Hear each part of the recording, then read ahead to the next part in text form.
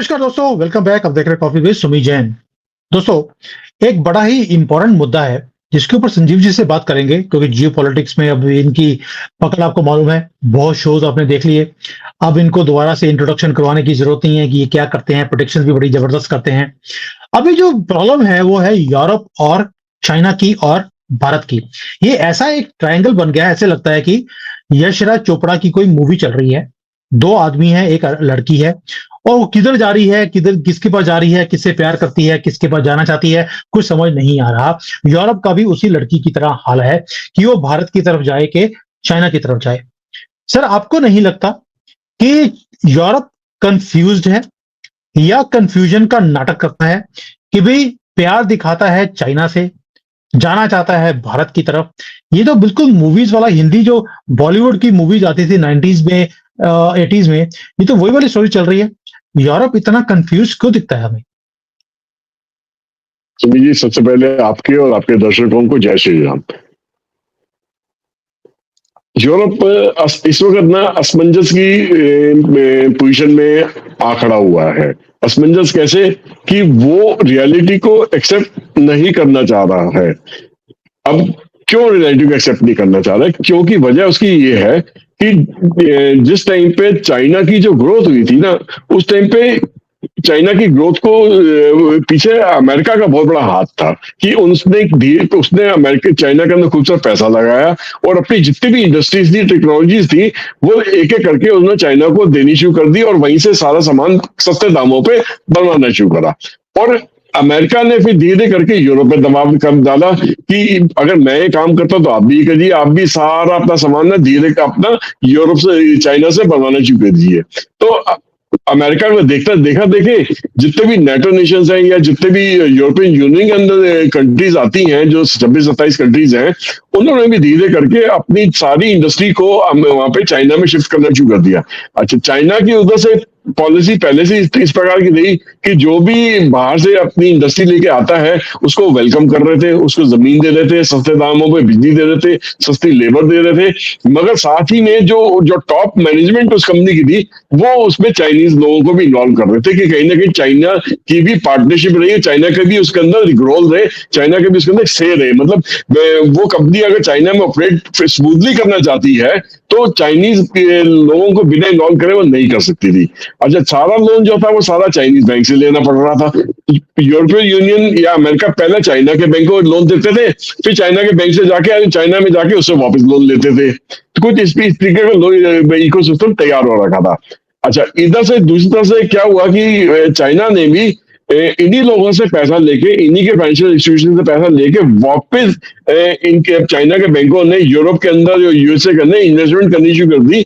उनके उनके कई बिजनेसेस को खरीदना शुरू कर दिया, उनकी टेक्नोलॉजीज को खरीदना शुरू कर दिया और काफी हद तक इनको पैसा देना शुरू कर दिया इंफ्रास्ट्रक्चर प्रोजेक्ट्स के लिए या रोड एंड बेल्ट इनिशिएटिव के लिए, एक इनके साथ एक रूट बनाने के लिए। मतलब कहीं ना कहीं पे इनको इनको फंसाए रखने की कोशिश पूरी चाइना ने करी। मगर उस दौरान क्या हुआ कि इस बीच में 2014 में मोदी गवर्नमेंट आ गई पावर में। अब वहां से एक नया चैप्टर वर्ल्ड हिस्ट्री में, वर्ल्ड इकोनॉमिक हिस्ट्री के अंदर शुरू हो गया। जियो पॉलिटिक्स की तस्वीर धीरे धीरे बदलनी शुरू हो गई। नरेंद्र मोदी क्योंकि एक स्ट्रांग लीडरशिप की आए थे, वो एक बहुत स्ट्रांग बैकग्राउंड से आए थे, वो ऑलरेडी कई टर्म्स और गुजरात के चीफ मिनिस्टर में की तरह काम कर चुके थे और उन्होंने गुजरात की सक्सेस स्टोरी जो थी वो दुनिया को दिखाई थी कि अगर एक प्रदेश के लेवल पे अगर ढंग से काम करा जाए तो उस जगह को, उस प्रदेश को उभारा जा सकता है और इंटरनेशनल लेवल पे उसकी छवि बनाई जा सकती है, जगह बनाई जा सकती है। उसी छवि के साथ में, और जब वो इस देश के प्रधानमंत्री बने हिंदुस्तान की, तो उन्होंने वही इकोनॉमिक पॉलिसीज, वही डेवलपमेंट पॉलिसीज, वही टफ डिसीजन लेना, वही वर्ल्ड लेवल पे सब लीडर्स के साथ अपनी अपनी एक पहचान बनाना, उनसे मिलना, जियो स्ट्रेटेजिक डिस्कशन करना, जो पुराने फंसे मुद्दे थे उनको डिस्कशन के थ्रू एक उसमें एक डिसीजन लाना, पूर्व में नाम लगाना। तो कहीं ना कहीं पे उन्होंने पुराने जितने भी चैलेंजेस थे, जितने भी मुद्दे थे जो फंसे हुए थे, उसको धीरे करके एक एक करके सॉल्व करना शुरू करा। ना कि हिंदुस्तान के अंदर ही बाकी इंटरनेशनल लेवल पे भी दूसरी कंट्रियों के साथ अपना रिलेशन इस लेवल तक अप्रूव करा कि यहाँ तक कि दूसरे देशों ने धीरे धीरे करके नरेंद्र मोदी जी को एक विश्व गुरु की शक्ल में देखना शुरू कर दिया, और उनको एक ऐसी छवि भी देखना शुरू कर दिया कि जहाँ पे हम अगर सलाह लेने जाएंगे तो हमें सही सलाह मिलेगी, गलत सलाह नहीं मिलेगी।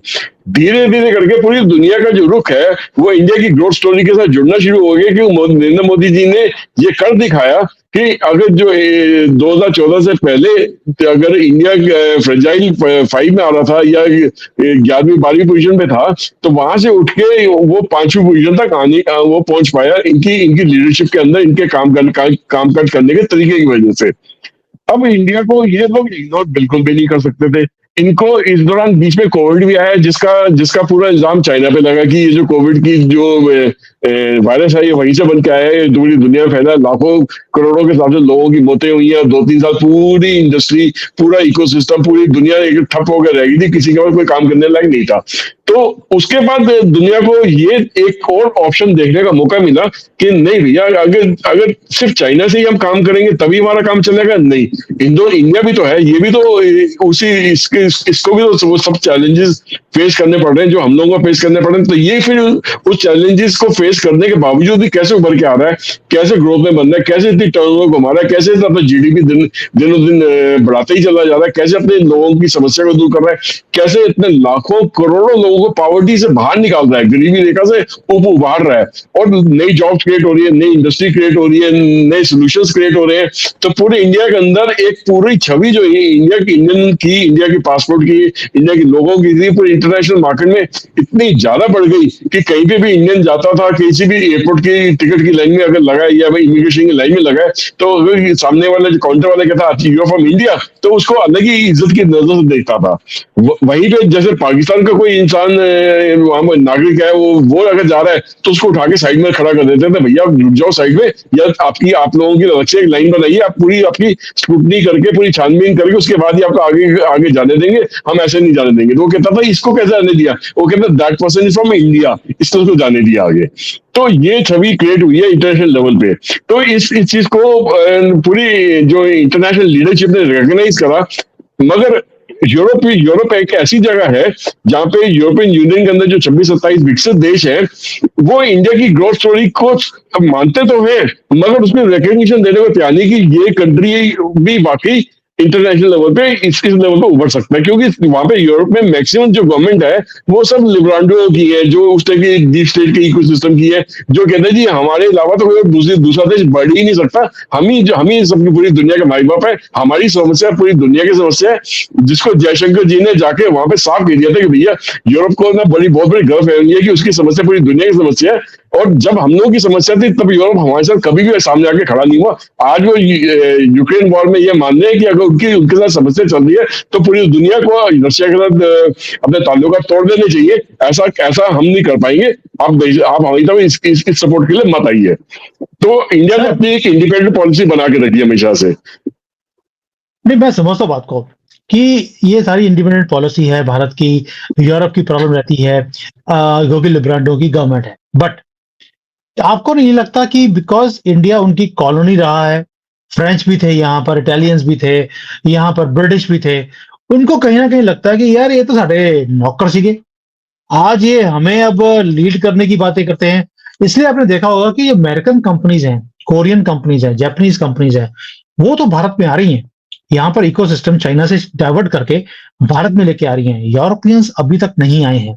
तभी हम बात कर रहे हैं कि यूरोप की ये चाइना प्रॉब्लम है, चाइना से दुखी भी हैं, चाइना को छोड़कर भारत में आना भी नहीं चाहते, दिखाते भी हैं कि हमें फ्री ट्रेड एग्रीमेंट भारत के साथ चाहिए, और सबसे ज्यादा जो उल्टे सीधे काम भारत के खिलाफ होते हैं वो सारे यूरोप से ही होते हैं। कभी आप जर्मनी देखेंगे, उनके जितना न्यूज है वो कभी भी चाइना के ऊपर उल्टी सीधी रिपोर्ट नहीं पेश करता है, लेकिन मोदी जी के खिलाफ हिंदू फोबिया के ऊपर कितने आर्टिकल्स वहां पे छपते हैं, और मोदी जी की गवर्नमेंट को गिराने के लिए फ्रांस का कितना बड़ा हाथ था, इसके ऊपर मैंने डिटेल में वीडियो भी बनाया था। और आप हैरान रह जाएंगे, मैक्रोन हमारे इतने क्लोज है, लेकिन उसी की गवर्नमेंट मोदी जी की गवर्नमेंट को गिराने के लिए एपी सेंटर था, यानी कि सारी पॉलिसीज फ्रांस से बनकर भारत में आई, जिसे राहुल गांधी को पकड़ाया गया ये जातिवाद का, मुसलमानों का, हिंदुओं को बांटने का, ये जो सारा काम थे और वेल्थ डिस्ट्रीब्यूशन का भी, ये फ्रांस से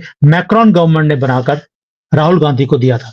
तो ये जो यूरोप की प्रॉब्लम है, भारत को अभी भी अपनी कॉलोनी मानते हैं। आपको नहीं लगता कि ये इसकी प्राइस, बहुत बड़ी प्राइस यूरोप को पे करनी पड़ेगी? चाइना से दूरी नहीं बनाना और भारत से दूरी बना के रखना।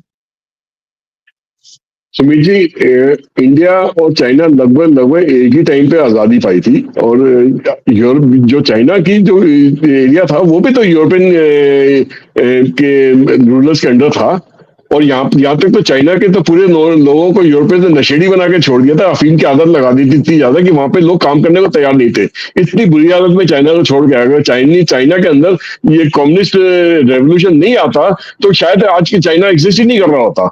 ये तो कम्युनिस्ट रेवोल्यूशन ने चाइना को बचा लिया कि उसे उन्होंने आइडेंटिफाई करा कि हमारे यहाँ पे ये लोग हम लोगों को मतलब बिल्कुल भी किसी भी हालत में काम करने लायक ही नहीं छोड़ रहे।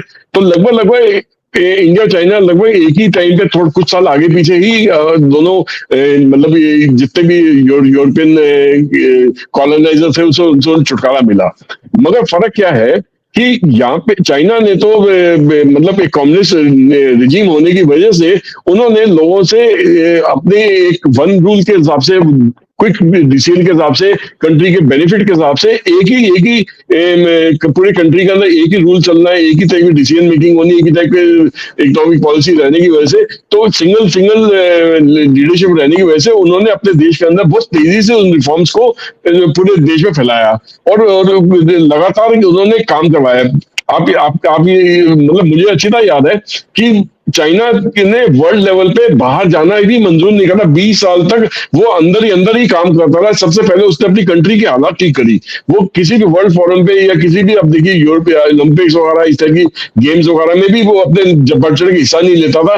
मगर जब 20 साल के बाद एकदम से उसने अपनी अपनी इकोनॉमी धीरे करके खोली, वर्ल्ड लेवल पे आना शुरू करा, तो पता चला कि वो ओलंपिक्स में अगर पार्ट ले रहा था, नंबर 2 पोजीशन पे आ गया, नंबर 1 पोजीशन पे आ गया, नंबर 3 पोजीशन पे आ गया। तो इतनी ज्यादा तैयारी उसने अंदर अपने अंदर ही अंदर करी, जो कि इंडिया के अंदर नहीं हुई। इंडिया के अंदर जितनी भी गवर्नमेंट की आजादी के बाद आई, वो कम से कम अपने ही देश के हित के बारे में उन्होंने कम सोचा और अपने अपने निजी हितों के बारे में ज्यादा सोचा, क्योंकि यहाँ डेमोक्रेसी थी।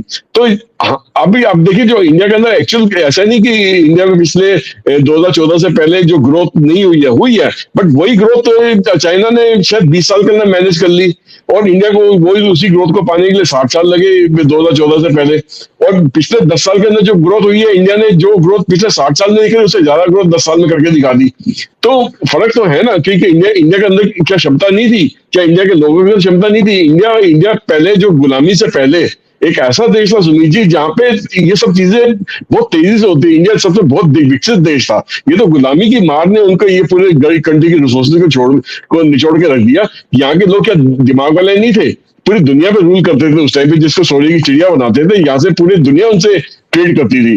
और यही कॉलोनाइजर्स जो इंडिया में, जो ब्रिटिश आए या फ्रेंच आए या पोर्चुगीज आए, वो आज इसी चीज से डरते हैं कि अगर इंडिया को खुल के फिर से काम करने दिया, और मोदी जी ने एज ए नेशनलिस्ट गवर्नमेंट बन के फिर से वो काम कर रही है, लोगों के हितों को बारे में सोच रही है, यहाँ पे फिर से कंट्री को फिर से विकसित बनाने की बात कर रही है, और 2047 तक दुनिया का सबसे बड़ी इकोनॉमी तक बनाने की बात कर रही है, नंबर 2 पे, नंबर 3 पे, जिस भी नंबर की बात कर रही है। अगर इंडिया वहां तक पहुंचने की कोई क्षमता वो जानते रखता है, यहाँ के लोगों की जो दिमाग को भी जानते हैं कि उस लेवल पे कैसे काम कर सकते हैं। मुझे एक चीज बताइए, इंडियन डायस्पोरा जब यूएसए में जाता है, सारी टॉप पोजीशंस की जॉब लेके अपने पास रह लेता है, क्या वो ब्रेन इंडिया के अंदर नहीं काम करता? सिर्फ एक बेसिकली एक यहाँ पे जो इकोसिस्टम था या इंफ्रास्ट्रक्चर था या अपॉर्चुनिटीज थी, वो लोगों को प्रोवाइडेड नहीं थी, जो पिछले 10 साल के अंदर प्रोवाइड करवाई गई है। एक इकोसिस्टम क्रिएट करा गया, एक अपॉर्चुनिटी का बेस क्रिएट करा गया, एक पूरा स्ट्रक्चर इस तरह से क्रिएट करा गया कि लोगों को अगर सहूलियत दे दी जाए कि वो अपने अपने बारे में सोच सके, अपने फैसले ले सके, और बढ़ के आके सामने आके इंडिया की इकोनॉमी में एक सकारात्मक भूमिका निभा सके, तो अगर स्पीकर को हो जाए तो इंडिया कहीं पीछे नहीं रहने वाली दुनिया के किसी भी देश से। तो मगर ये जो आपका बात सही है कि यूरोपियंस का बेसिकली जो कॉलोनियल माइंडसेट है, जो गुलामी, जो जिसकी वजह से उन्होंने देखा कि हाँ, हिंदुस्तान को हम इतने सालों तो गुलाम बना के रखे रहे हैं, और उसके बाद भी अगले 60 साल तक हमने इंडिया को अपने हिसाब से ही चलाया, चाहे वो गुलामी से बाहर निकल आया था, वो एक लिबरेटेड कंट्री बन गया था, वो तब भी हमने अगले 60 साल उसको वहां पे अपने अपने तरीके से डिवाइड एंड रूल की पॉलिसी से इंडिया के अंदर तरक्की नहीं होने दी, और तरक्की हुई तो बहुत लिमिटेड तरीके से हुई, ज्यादा तरक्की नहीं हो पाई। जबकि चाइना ने एक इंडिपेंडेंट पॉलिसी रख के दबंग तरीके से काम करा, उसने अपने वो इन लोगों के बीच में दबा नहीं और आगे बढ़ता ही चला गया। वही ग्रोथ स्टोरी आज इंडिया अपने अंदर लेके आया है, एक आत्मविश्वास लेके आया है। अब अमेरिका जो चाइना की जो यूरोप की जो कंट्रीज है, वो अभी तक चाइना की इकोनॉमी के साथ अपने आप को आइडेंटिफाई कर रही थी। अब उनको ये तकलीफ आ रही है कि जैसे जैसे इंडिया इमर्ज कर रहा है, तो वो अब वर्ल्ड ऑर्डर में अपने आप को डिसएडवांटेजेस फील करेंगे, मतलब वो ये मान लेगा कि इंडिया की इकोनॉमी के साथ अगर हम अपने आप को नहीं जोड़ेंगे, इनके साथ पार्टनरशिप नहीं करेंगे, इनके साथ अपने बिजनेस कॉन्ट्रैक्ट नहीं साइन करेंगे, तो हम शायद पीछे रह जाएंगे। तो कौन फायदा उठाएगा अगर यूरोपियंस पीछे रह जाएंगे? तो ग्लोबल साउथ का जो पूरा रीजन है वो इस चीज का फायदा उठाएगा, क्योंकि मोदी जी अपने आप में ग्लोबल साउथ के लीडर बन के उभरे हैं। अगर यूरोप की मार्केट उनके लिए आने वाले दिनों में ज्यादा बढ़िया नहीं रही और यूरोपियंस ने इंडिया के साथ नहीं दिया, तो वो साउथ जितने ग्लोबल साउथ की इकोनॉमीज है, अमेरिका, इंडिया वहां पे जाके अपनी मार्केट को फिर से डेवलप करेगा और वहां पे माल के एक्सपोर्ट करेगा, वहां के लोगों को ट्रेन करेगा और उन लोगों को इस लेवल पे लेके आएगा कि वो भी उभर के सामने आने वाले दिनों में इंडिया के साथ में मिलकर कंधे से कंधा मिला के ग्लोबल साउथ को पूरा डेवलप कराने की हिम्मत रखेंगे मोदी जी। तो जब वो उस टाइप का पावर सेंटर बन के तैयार हो जाएगा, क्या कितने देर तक निगलेक्ट करेंगे? वो आने वाले दिनों में इंडिया को निगलेक्ट कर ही नहीं सकते सुमित जी, ये मेरा दावा है। देखिए, क्या होता है कि चाइना ने कभी ग्लोबल साउथ की जो गरीब कंट्रीज हैं उनके बारे में कभी सोचा नहीं। वो हमेशा यूरोप के लिए, अमेरिका के साथ ही उसने काम किया है। तो कहीं ना कहीं यूरोप को यह लगता है कि भारत ने ग्लोबल साउथ का एक नारा देकर 130 कंट्रीज को अपने पाले में कर दिया। ज्यादा है भारत आज 130 कंट्रीज का, जो कि ग्लोबल साउथ की बात करते हैं। ऊपर से हमने बोलना शुरू कर दिया कि भाई हम ये दादागिरी वेस्ट के वर्ल्ड की हम क्यों सहन करें। यूनाइटेड नेशंस के अंदर वो लोग जो वर्ल्ड वॉर 1-2 में जो जीते थे, वही वर्ल्ड यूनाइटेड नेशंस में बड़ी बड़ी ऑर्गेनाइजेशंस के हेड्स बने हुए हैं। हम इनकी दादागिरी क्यों सुने? भारत आज सबसे ज्यादा एक उभरती हुई इकोनॉमी है, सबसे ज्यादा पॉपुलेशन है, और हमारी रिप्रेजेंटेशन यूनाइटेड नेशंस के अंदर 0 है। हम ये क्यों करें? क्योंकि जब हमें ऐसे कहते हैं ना, मेरा हक सामने रख, जो पंजाबी में गाना भी था, मेरा हक सामने रख, तो जब हम ऐसी बात करते हैं यूरोप के सामने, वहीं पर उनको मिर्ची लगती है। चाइना ऐसी कोई बात नहीं करता। इसीलिए आपको नहीं लगता कि कहीं ना कहीं चाइना से के साथ प्यार ज्यादा है? और हम कहते हैं कि हमें हक चाहिए, तो हम अफ्रीका का भी लेके रखेंगे, साउथ अमेरिका का भी रखेंगे, जिसको हम लैटिन अमेरिका बोलते हैं। जैसे G20 को G21 कर दिया, अफ्रीकन यूनियन को बीच में डाल दिया, कोई उफ नहीं कर पाया, इंक्लूडिंग चाइना। आपको नहीं लगता कि जब हम कहते हैं कि यार हमें भी हक दे और इनका जो हक बनता है इनको भी दिलाइए, वहां पर यूरोप को तकलीफ होनी शुरू हो जाती है, इसलिए भारत का साथ नहीं दिया जाता। सुमित जी देखिए, एक वजह और भी है जिसकी वजह से यूरोप की कंट्री जो है वो चाइना के खिलाफ क्यों नहीं बोल पाती है। देखिए, चाइना ने बहुत स्मार्टली जितने भी यूरोपियन बैंक्स हैं उससे भर भर के कर्जा ले रखा है अपनी कंट्री की डेवलपमेंट के लिए, अपनी कंट्री की इकोनॉमी को बचाए रखने के लिए, अपनी कंट्री को चलाने के लिए। और अब जैसे चाइना की इकोनॉमी जैसे धीरे धीरे नीचे जा रही है, वहां पे वर्ल्ड ओवर थोड़ा रिसेशन वाला माहौल हो रहा है, डिमांड धीरे गिर रही है। अगर यूरोप के कंट्रीज के लोग चाइना के अगेंस्ट बोलना शुरू कर देते हैं, तो चाइना के पास एक ही जवाब रहेगा उनको 1 सेकंड में घुटने पे लाने के लिए कि भैया आज के बाद मैं तुम्हारा पैसा नहीं देता, जाओ जो करना कर लो। ठीक है। और ऑलरेडी चाइना ने अपनी अपनी कंट्री के अंदर जितने भी इंस्टीट्यूशंस हैं जिन्होंने यूरोप से पैसा बोरो कर रखा है या दुनिया के किसी भी बैंक से पैसा बोरो कर रखा है, उसने ऑलरेडी कह दिया है कि अगर आपको अपनी अपने अपने अपने बिजनेसेस को बचाना है और उसके लिए आपको वर्ल्ड का जो लोन ले रखा है उसको अगर आपको लगता है नहीं वापस करना फिलहाल, तो उनको मना कर दो, हम वापस नहीं देंगे। हम पहले अपने आप को देखेंगे, हम जिस अगर संभालेंगे, अगर हम संभल गए तो उसके बाद आपका लोन भी देने के हम दे देंगे, फिलहाल हमारे पे प्रेशर डालना बंद कर दो। तो कहीं ना कहीं यूरोप के बैंक्स हैं, जो यूरोप के जो कंट्रीज हैं, वो जानते हैं कि ये पैसा अगर उनको बुक्स पर राइट ऑफ कर दिया तो उसका जो चेन रिएक्शन जो पूरे यूरोप के बैंकिंग सिस्टम में चलेगा, वो एक के बाद एक बैंक बंद होते चले जाएंगे, लॉस में जाते चले जाएंगे, उसका पूरा भट्टा बैठ जाएगा यूरोपीय इकोनॉमी का, अगर वो चाइना से पंगे लेते हैं। चाइना इतनी स्ट्रांग पोजीशन में बैठा है आज, यूरोप यूरोप एक लफ्ज भी उसके खिलाफ बोल नहीं सकता। और शायद यही वजह है कि वो यूरोप की कंट्री जो है वो इंडिया के साथ खुल के सामने आ भी नहीं रही, क्योंकि चाइना का पीछे एक डंडा उनके ऊपर है कि तुम इंडिया का ज्यादा साथ दोगे तो देखो मैं क्या कर दूंगा तुम्हारे साथ में। तो एक वो भी सर वजह एक है। प्रॉब्लम और मगर सुमित जी देखिए, एक एक एक वजह और भी है। देखो मैं आपको एक चीज बताता हूँ कि अब जो यूरोपियन यूनियन के अंदर से भी आवाज उठ रही है, जो राइट विंग गवर्नमेंट्स आ रही है धीरे धीरे करके सब देशों में, वहां पे काफी देशों में उन्होंने अपनी जगह भी बना ली है, कुछ कई जगह पे उन कंट्रीज में वो राइट विंग गवर्नमेंट बन भी गई है। मगर वो अब मिक्स रिएक्शन दे रही है। वो कह रही है कि इंडिया हम तो चाइना के साथ जो हमारा रिलेशनशिप है वो तो रखेंगे मगर हम साथ में इंडिया के साथ भी रिलेशनशिप रखेंगे। और सबसे बड़ी इसकी जो एग्जाम्पल है वो इटली की प्रेसिडेंट है जॉर्जिया मिलोनी। उसने चाइना के साथ कई कॉन्ट्रैक्ट जो थे वो उसने उसने उसको ऑनर करने से मना कर दिया कि भैया मैं चाइना से ऑनर नहीं करूंगी, मैं कुछ कॉन्ट्रैक्ट इंडिया से सेपरेटली साइन करने जा रही हूँ, जो कि उसने हिम्मत करके करेगी। तो बेसिकली उस टाइप का जो माहौल अब धीरे धीरे यूरोप के अंदर पैदा हो रहा है। और आने वाले दिनों में देखो कि कई सारे देश जो है वो इंडिया के साथ वापस जुड़ेंगे, यहाँ से बिजनेस टाइज भी बनाएंगे। हाँ, यूरोपियन यूनियन के लेवल पे जो वो फ्री ट्रेड एग्रीमेंट इंडिया के साथ चाह रहे हैं, उसमें शायद यूरोपियन यूनियन कामयाब ना हो या इंडिया कामयाब ना हो तो सब कंट्रीज को एक ही अम्ब्रेला के अंडर लाके उनके साथ कॉन्ट्रैक्ट साइन करने का। बट इंडिया को कोई इंडिविजुअल कंट्री के साथ कॉन्ट्रैक्ट करने से रोक नहीं सकता, ना ही उनको यूरोपियन यूनियन वहां की कंट्रीज के इंडिविजुअल कॉन्ट्रैक्ट को इंडिया के करने से रोकेंगे। मगर अगर अंदर ही अंदर सारे कॉन्ट्रैक्ट एक एक करके साइन कर लेते इंडिया से, तो चाइना भी उसमें ज्यादा नहीं बोल पाएगा, क्योंकि उन्होंने इंडिविजुअल कॉन्ट्रैक्ट्स है, वो यूरोपियन यूनियन के कॉन्ट्रैक्ट्स नहीं है। चाइना जो प्रेशर यूरोप पे डालता है वो टोटल यूरोपियन यूनियन पे डालता है, ना कि इसे इंडिविजुअल कंट्रीज पे डालता है। बिल्कुल सही बात है। बहुत फर्क है। हम इंडिविजुअल कंट्री से बात कर रहे हैं, जैसे इटली से अलग से है, फ्रांस से हमने राफेल ले लिया, जर्मनी से हमारी न्यूक्लियर डील की बात चल रही है। तो ऐसे करके चाइना पूरा यूरोपियन यूनियन से बात करता है। लेकिन सर एक चीज और है, यूरोपियंस में एक बीमारी है, उनको लगता है असली हैगे अमीर, तो असली हैगे गोरे, ये काले लोग ये हमारा क्या कर लेंगे, वो अफ्रीकन हो वो भारतीय हो।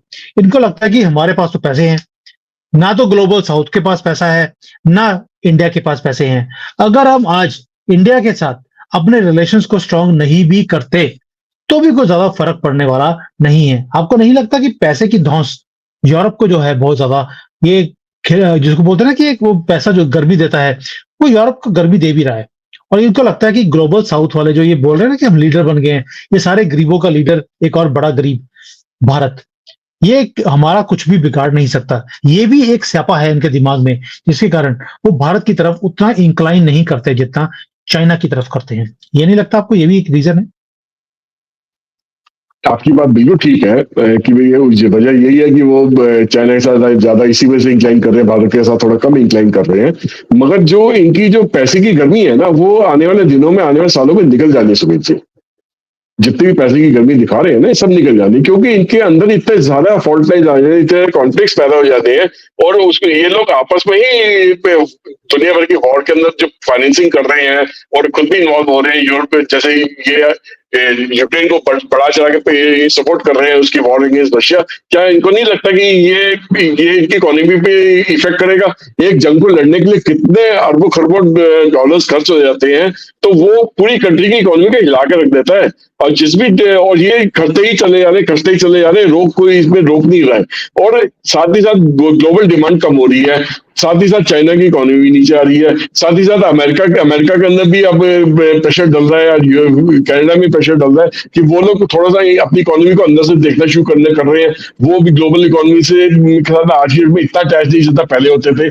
तो कहीं ना कहीं यूरोप पे इतना प्रेशर डल जाएगा आने वाले दिनों में कि खुद ही अगर इसमें समय रहते रिफॉर्म्स नहीं करेंगे या ऐसी इकोनॉमी के साथ नहीं जुड़ेंगे, नई मार्केट अगर नहीं ढूंढेंगे अपने प्रोडक्ट को सेल करने के लिए। इनके यहाँ में ग्रोथ कितनी हो रही है, जीडीपी ग्रोथ कितनी हो रही है? किसी कंट्री में 1% या 2%, किसी में और ज्यादातर कुछ जर्मनी और यूके जैसी जगह पे तो नेगेटिव ग्रोथ आ रही है आज की डेट में।